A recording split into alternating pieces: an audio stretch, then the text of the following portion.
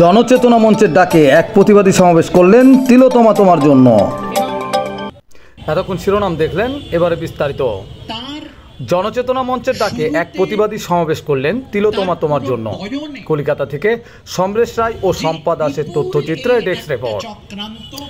আজ 29শে সেপ্টেম্বর বৃহস্পতিবার ধর্মতলার ডরিনা ক্রসিং ও মেট্রো চ্যানেলের সংযোগ স্থলে দুপুর 12টা থেকে সন্ধ্যা 7টা পর্যন্ত জনচেতনা মঞ্চের ডাকে তিলোত্তমাকে সামনে রেখে দোহের উৎসব করলেন।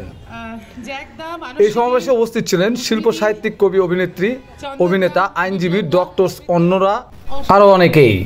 প্রায় কয়েকশো প্রতিবাদী কণ্ঠস্বর উঠে এসেছিল এই সমাবেশে। তারা বলেন, আর দয়া নয়, দাবি আদায়ের পালা এবং দোষীদের শাস্তি আমরা চাই, কোনো বদলি নয়। মহামান্য আদালত দোষীদের সাজা দিক। আমাদের মেয়ে তিলোত্তমা তবেই শান্তি পাবে, পরিবার শান্তি পাবে। এখনও সে মরেনি, এখন সে পুড়েনি, আমাদের মধ্যে রয়েছে। শান্তি পাবে দোষীরা যেদিন সে পুড়বে। আমরা দুর্গাপূজার উৎসব করব, সেটা আমাদের উৎসব হবে এবার দরিদ্রের উৎসব। মঞ্চে উপস্থিত ছিলেন অভিনেত্রী ও পরিচালক মানসী সিনহা, উপস্থিত ছিলেন নাট্য জগতের সুনামধন্য পরিচালক চন্দন সেন, অভিনেতা দেবদূত। এছাড়াও উপস্থিত ছিলেন মহাবিশ্ববিদ্যালয়ের প্রাক্তন প্রফেসর আজিজ করের প্রাক্তন ডক্টর প্রবীর বাবু, যিনি 14 তারিখের ঘটনায় আহত হয়েছিলেন। উপস্থিত ছিলেন নাট্য জগতের ব্যক্তিত্বরা, শিল্পীরা, উপস্থিত ছিলেন মঞ্চে আইনজীবীরা। বিভিন্ন সাংস্কৃতিক অনুষ্ঠানের মধ্যে দিয়ে পথনাটকটির মধ্যে দিয়ে বিদ্রোহ সঙ্গীতের প্রতিবাদ জানালেন। একে একে সকলে তীব্রভাবে আক্রমণ করতে থাকেন রাজ্য সরকারকে, মাননীয় মুখ্যমন্ত্রীকে। তারা পরিষ্কার জানিয়ে দেন, আস্তে আস্তে পায়ের মাটি সরেছে, এখনো সময় আছে, বাংলার দিকে নজর রাখুন, বাংলার মানুষের কথা ভাবুন, উন্নয়নের বিচার করুন, নইছে আমরা বিদ্রোহের মধ্যে দিয়ে তিলোত্তমার অধিকার আদায় করে নেব। কিছুকে বদলি করিয়ে সাধারণ মানুষকে আর আমি ভোলাতে পারবেন না। সাধারণ মানুষ বুঝে গেছে কোনটা সঠিক। বাড়ির মা বাবার পথে নেমেছে, বিশ্বজুড়ে আন্দোলন চলছে। আর অরাজকতার সৃষ্টি করবেন না। আপনি এখন মুখ্যমন্ত্রী, স্বাস্থ্যমন্ত্রী ও পুলিশ মন্ত্রী হয়ে যেভাবে সাধারণ মানুষের ওপর অত্যাচার করছেন, সাধারণ মানুষ আর মেনে নিতে পারছে না। তাই আমাদের দাবি আমরা আদায় করে নেব। কিছুকেই বদলি নয়, দোষীদের শাস্তি চাই। মহামান্য আদালতের কাছে আশা রাখছি, ন্যায় বিচার করবে, দোষীদের আড়াল না করে তাদেরকে সাধারণ মানুষের সামনে তুলে আনবেন ও শান্তি দেবেন। আমরা এই আন্দোলন থেকে আশা রাখছি। আমরা এবার পুজোতে উৎসব করব, সে উৎসব হবে দরিদ্রের উৎসব।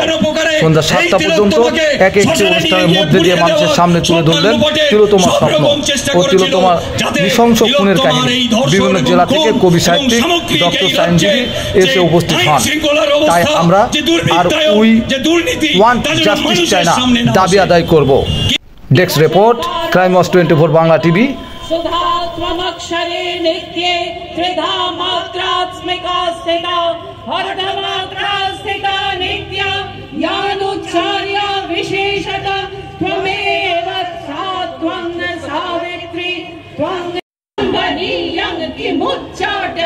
আমাদের অস্তিত্বকে বিষিয়ে তুলছে প্রতি মুহূর্তে। এই একটা ঘটনা থেকে কিছু দাবি, সেই দাবি প্রায় প্রতীকীভাবে সরকার অনেক সময় ন্যাকামোর স্তরে নামিয়ে গিয়ে গ্রহণ করেন,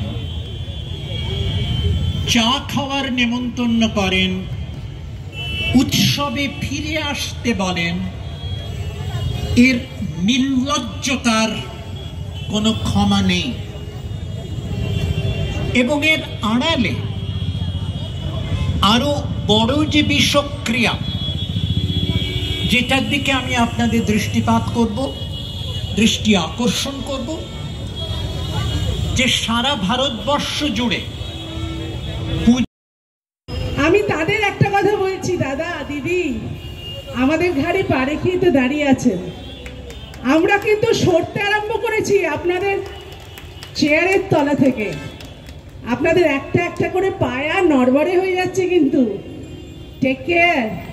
সবাই সরছে, Z, Y, X, V, U, আস্তে আস্তে বি, সি সব সরে যাবে। আর চেয়ারটা এ থেকে ধপাস করে পড়ে যাবে। আমাদের ঘাড়ে চেপে আছেন তো, একটু সাবধানে থাকবেন। সরকার থেকে যারা বলেন, সরকারের অঙ্গ হয়ে যারা এইসব নোংরা কথাগুলো বলেন, সরকারের প্রশ্রয় থাকা মানুষগুলো যারা নোংরা কাজ করে, মনে রাখছে আপনাদের কিচ্ছুটি করার নেই। We deserve justice. We deserve. We deserve. We deserve. আমরা কারা? তিলোত্তমা। আমরা কারা? আমরা কারা? তোমরা কারা? তোমরা কারা? লড়ছে কারা? লড়ছে কারা? রাজপথেতে, রাজপথেতে আর্জি করে, আর্জি করে, শহর জুড়ে, রাজ্য জুড়ে, ভারত জুড়ে, বিশ্ব জুড়ে। We deserve. We deserve. We deserve. Asit মামা, চন্দন কিছু বলুন।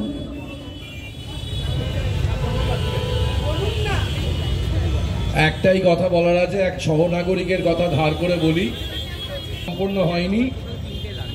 এই যারা তাকে খুন করেছে, কেন খুন করেছে, এবং যারা যারা প্রমাণ লোপাট করতে চাইছে, তাদের সবার দাহ যতক্ষণ না সম্পন্ন হবে, ততক্ষণ তিলোত্তমার দাহ সম্পূর্ণ হবে না।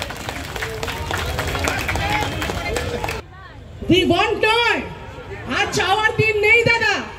চিৎকার করে বলুন, we demand justice, we deserve justice. চাইবো না, আর চাওয়ার দিন পেরিয়ে গেছে, আর হাত পেতে চাইবো না, এবার ছিনিয়ে নেব। নতুন করে কিছু বলার নেই। তখন বোঝা যায় যে নারীর অপমান, যে না তন্নে